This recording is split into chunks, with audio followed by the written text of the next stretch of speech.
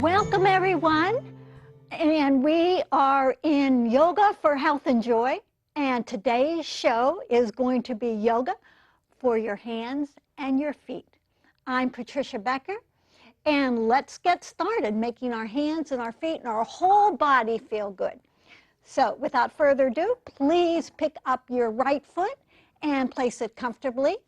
And we're going to start by giving some acupressure points to the arch of the foot. So please just start massaging your foot here, really pressing in, down. And in foot reflexology, this is said to be known to stimulate your digestion and your stomach. So you can massage this really good. And we'll move through these somewhat quicker than you might want to do on your own at home later on after you practice and learn. So then I'd like you to move down to the mound of your big toe. Massage that mound of your big toe. And do you know how many bones are in each foot? Take a guess. Well, the answer is there's 26 bones in each foot. And now continue moving on down your metatarsal. Your metatarsal is where your foot meets your toes. So keep massaging down your metatarsals, pressing in so it feels good. Yoga is meant to feel good. So 26 bones in your right foot, 26 bones in your left foot.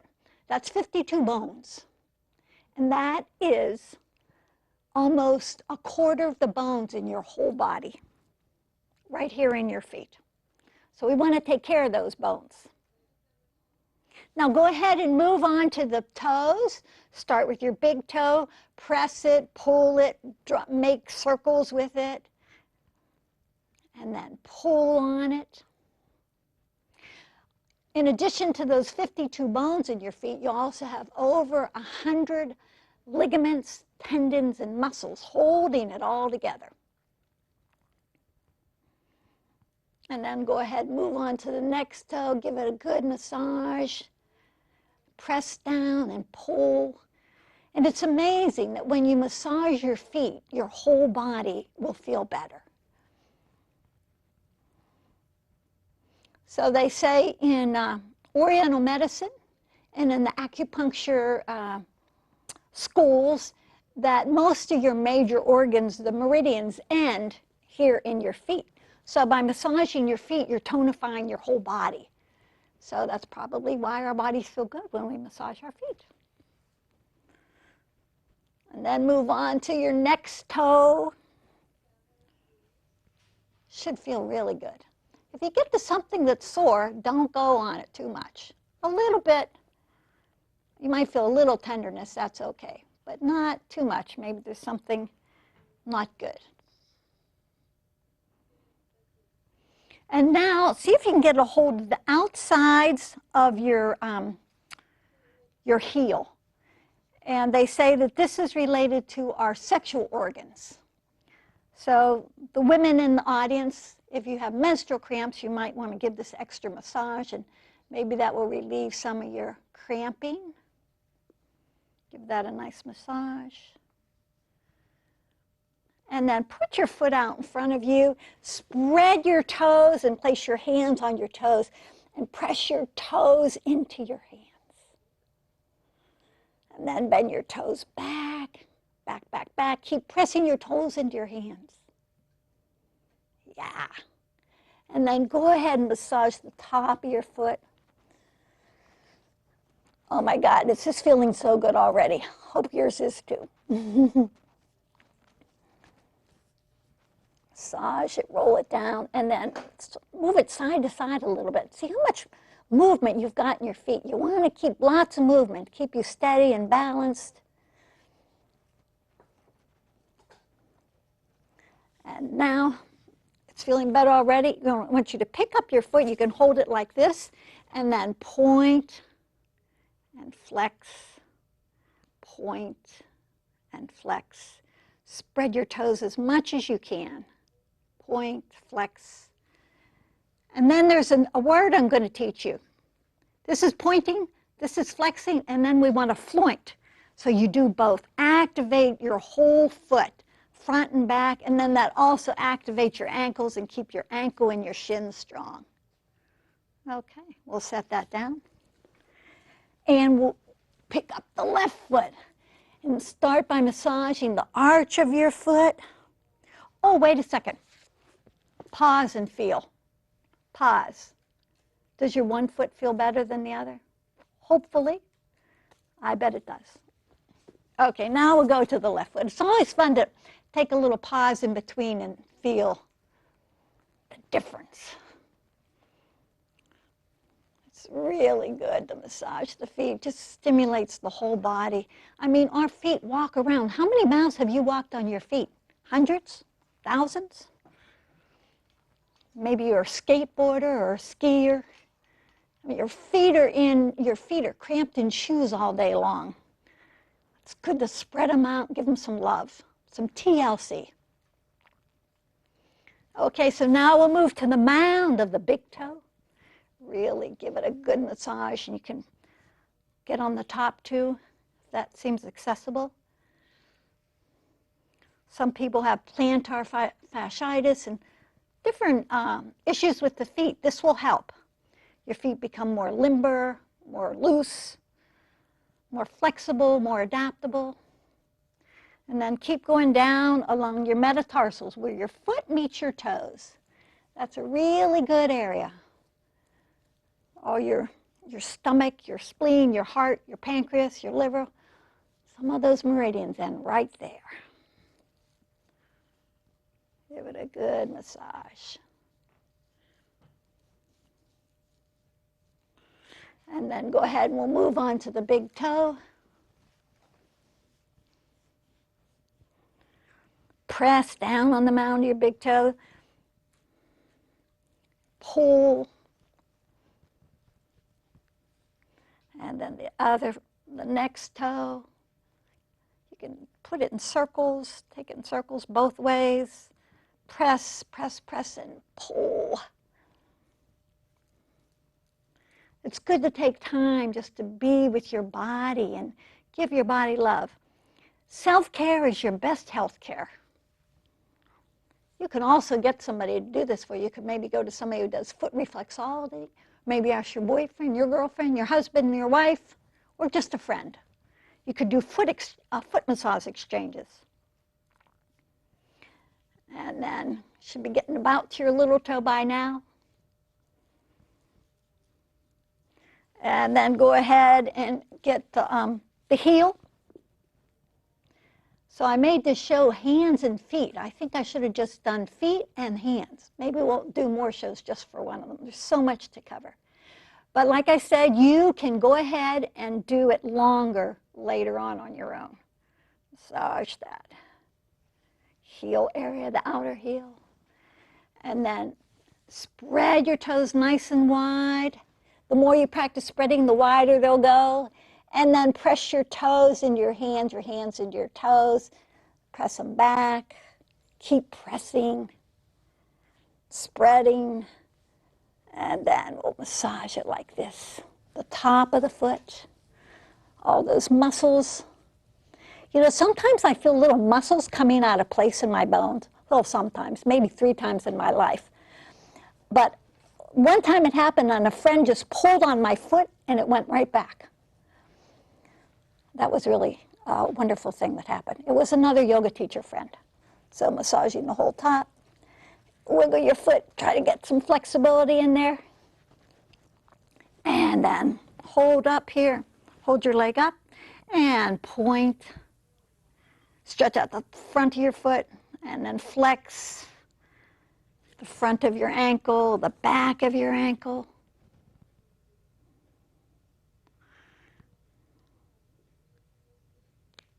Good. And then now you've got 2 feet that feel good. Isn't that great? Stretch them out one more time. Spread your toes. Take them straight up to the sky. And point. And then flex. And then floint, your new word. A combination between flexing and pointing, flointing. There we go. Okay. And I'm sitting on the blanket that helps you get your sacrum in and up behind you. I'm going to take the blanket behind. You can stay on it if you'd like to. And swing your legs to the side now. Place the top foot in the arch of your bottom foot. You press it down, and we'll just take a nice little twist here. And your arch is the top of your foot is massaging the arch of the bottom foot, and turn. Turn from your belly, lift through your spine.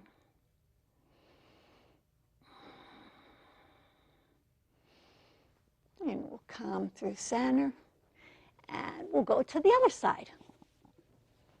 And place the other foot, you see that bony part of the top foot, place it right in the arch of the other one. And then you can use your hand on your knee, turn from your belly, lift through your spine, and turn. And you can gaze over your right shoulder.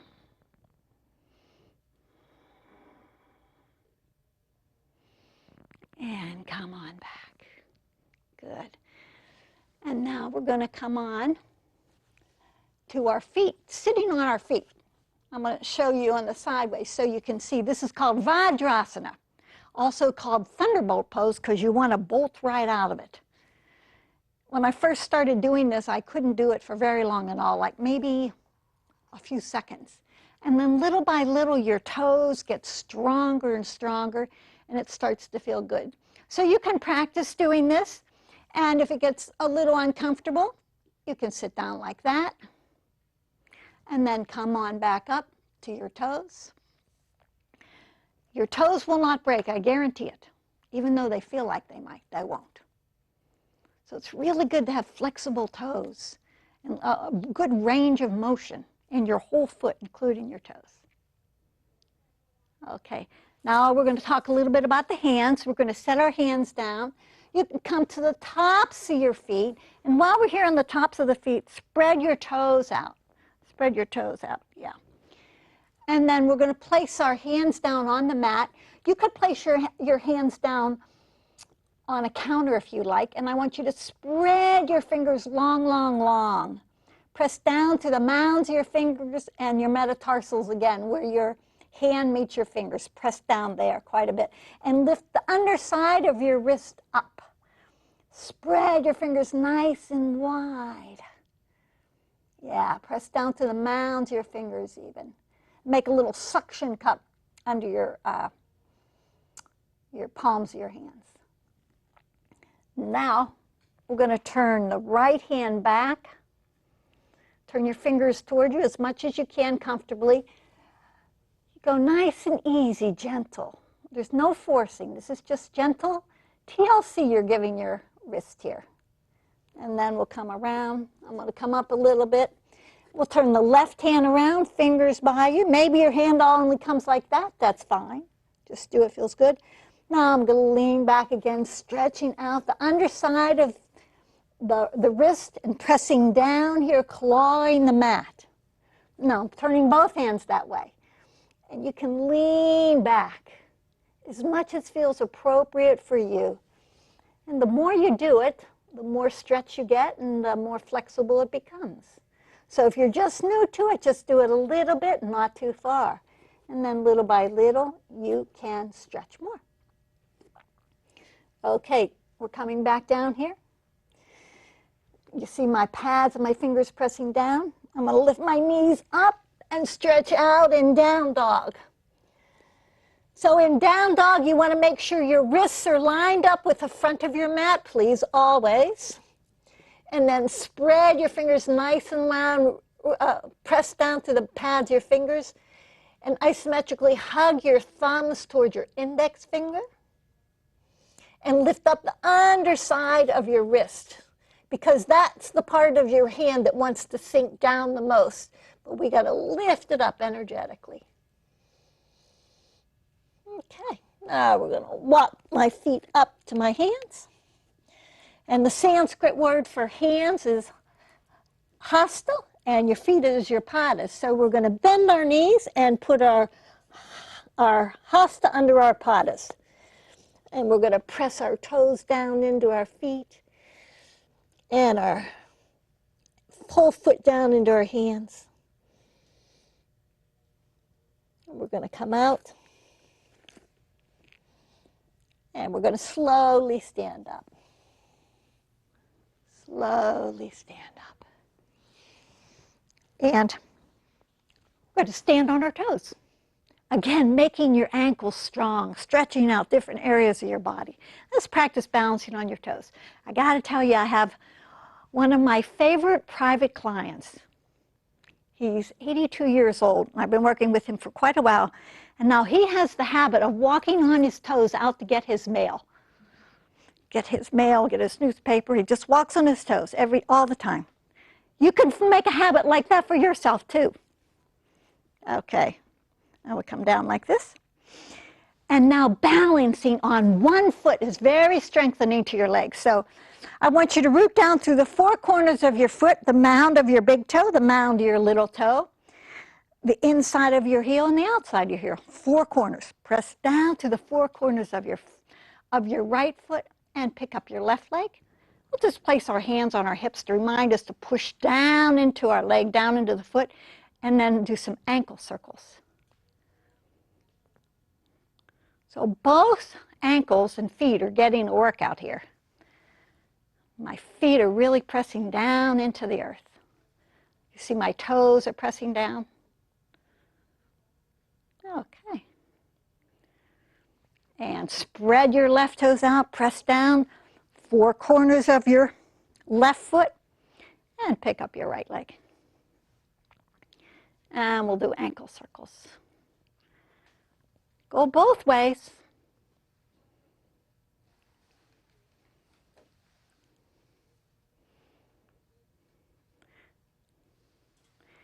If you're just getting used to balancing, you can come down low. You don't have to have it way up here if you don't want to. And we'll set this down. Now we're going to do some for our hands. Oh my gosh. We want mobility in our hands. And you know, so let's put our hands like this. Take them like that and stretch your arms up. Press the mounds of your fingers up. Stretch straight up to the sky. Push your fingers up. And exhale your hands down. What I was going to say is a lot of us know that yoga is really good for our bodies, to release stress, to relax us. But it's for our hands too. A lot of us hold tension in our hands we're not aware of.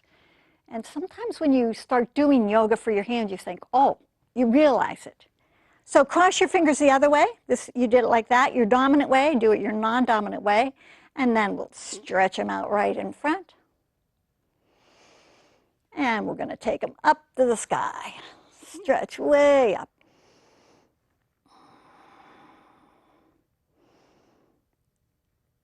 And we'll take our arms down to the side wide. And let's bring the pads of our fingers together. Press your hands together, making your wrists really nice and strong. This is also very good for helping prevent or help heal any kind of arthritis one might have in their wrists or their fingers, and also prevent and help heal carpal tunnel syndrome. Good.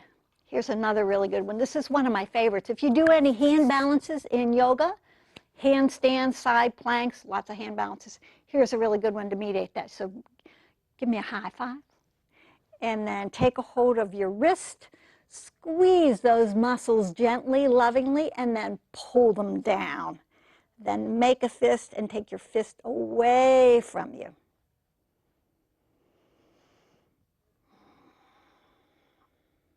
And then come on up. Oh, that feels so good. High five. Squeeze those muscles and pull down, then make a fist and take your fist away. So a lot of us work on computers. Some people, maybe you're a gardener, maybe you do a lot of pruning. So you want to keep a lot of movement in your hands so it's not that repetitive action. Maybe you're up like a pruner, computer, cook. You just got to bring energy, mobility. Motion is the lotion. for your whole hands. Let's do some wrist circles. So we did ankle circles, and we're going to do wrist circles.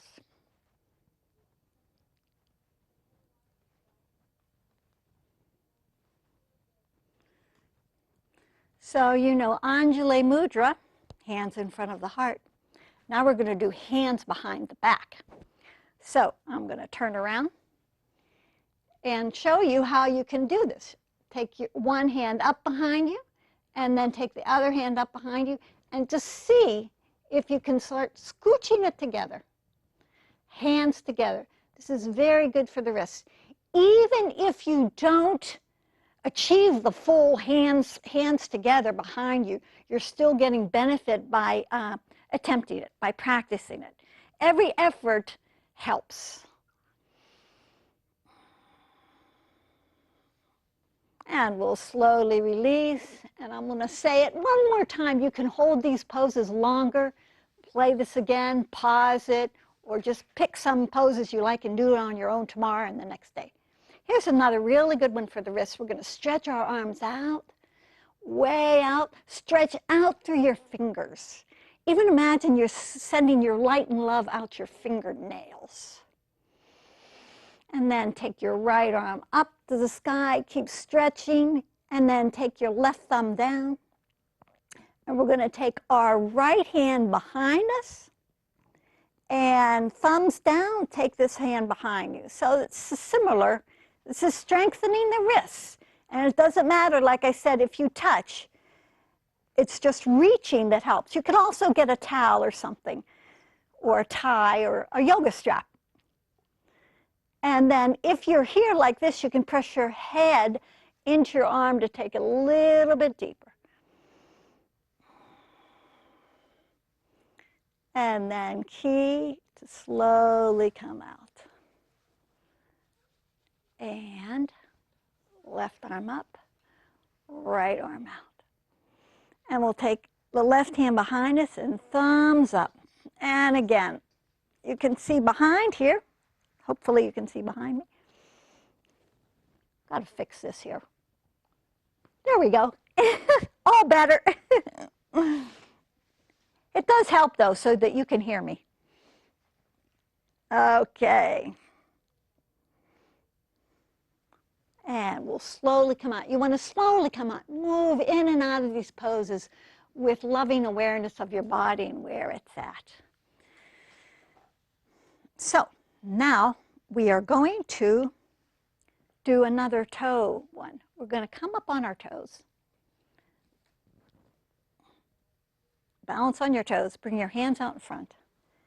This brings a lot of strength to your ankles and to your toes. And then we're going to turn our torso and our gaze off to one side. Keep bouncing on your toes. If you come out, just come back up. And then we'll go the other side. And then we'll come back. And then we'll sit down. Let your heels come down. Now we're going to squat. So come back up on your toes again, bend your knees, and we're going to balance on our toes this way. Hands in front of your heart, Anjali Mudra. Strong ankles. So if you come off the curb a little bit, it bounces right back. That's what we want. Flexibility, mobility, good range of motion.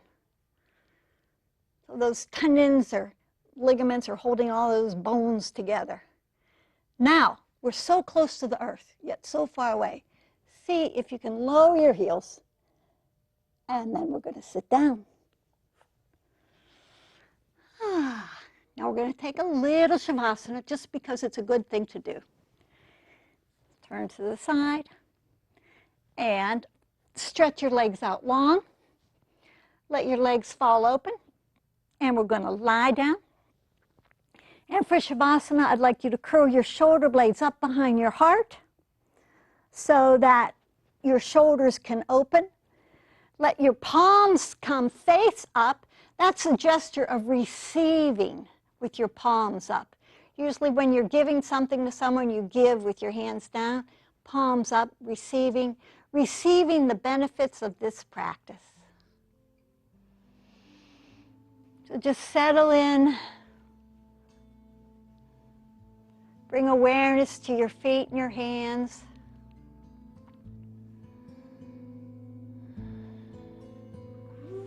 Slow, deep breathing.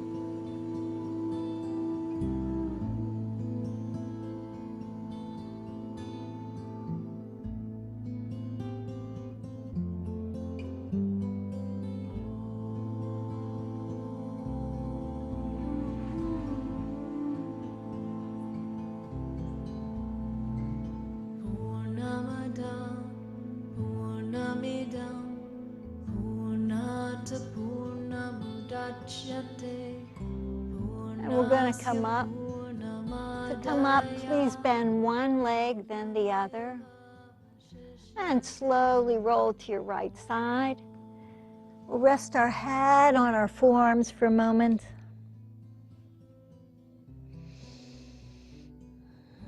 And then to keep that nice, grounded, yogic feeling, let your legs be heavy as you use your arms to lift you back up to seated.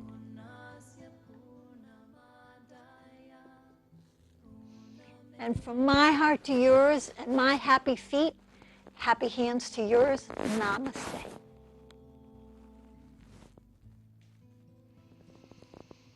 Purnamada Purnamidam Purnata Purnamudachyate Purnasya Purnamadaya Purnameva Vashishyate.